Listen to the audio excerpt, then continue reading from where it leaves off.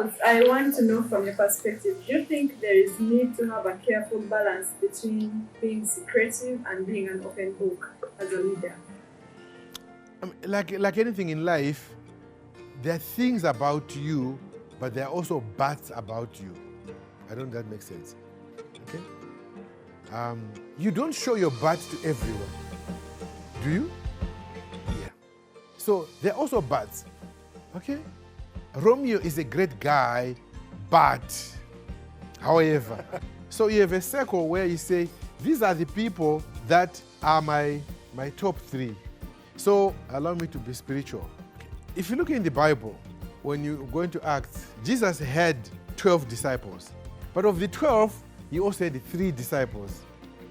And then outside the 12, there were 87 followers who went with him all over.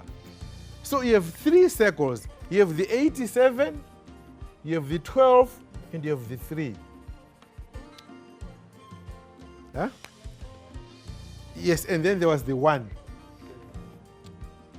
In any environment as a leader, you need to know who is my 1, who are my 3, who are my 12, who are my 87. Now, my 1, I'll show you my butt. I mean, if you're married, that's your husband, that's your wife. They live with you, they see you, whether you're crying or sick, whatever it is, they know you. My 3 could be my children, or my brothers, my family, isn't it? My 12 could then be my friends. My 87 is my colleagues. So I could say to my 1, let's say your spouse, I will have 0 secrets. I mean, that's the ideal way. That's what they tell us at church when they get married. That have 0 secrets to your spouse, isn't it? So to your 1, it's a 0. To your children, there are things that you and your wife will talk about that you don't tell the children. So the children you might have 10%, they will know 90%, but there's a 10% they don't know. And then to your family, there are things that you would share with your brother, which your family, which is your wife and children, know, which the rest of the other families doesn't know. You get what I'm saying? I mean, I was talking to a friend of mine and we were talking about they wanted to buy a piece of land. So they're like, I'm thinking whether to buy this or not. And I'm asking them, why didn't you talk to your brother or your sister or somebody? He says, I tell them I'm buying a piece of land in Kololo.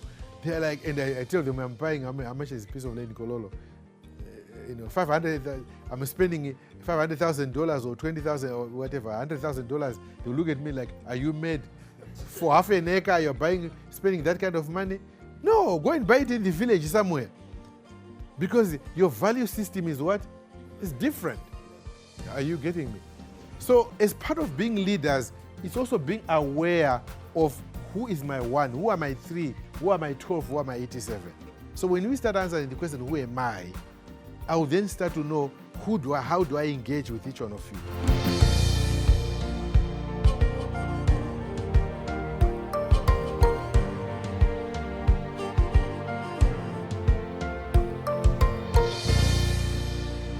dfcu, going further together.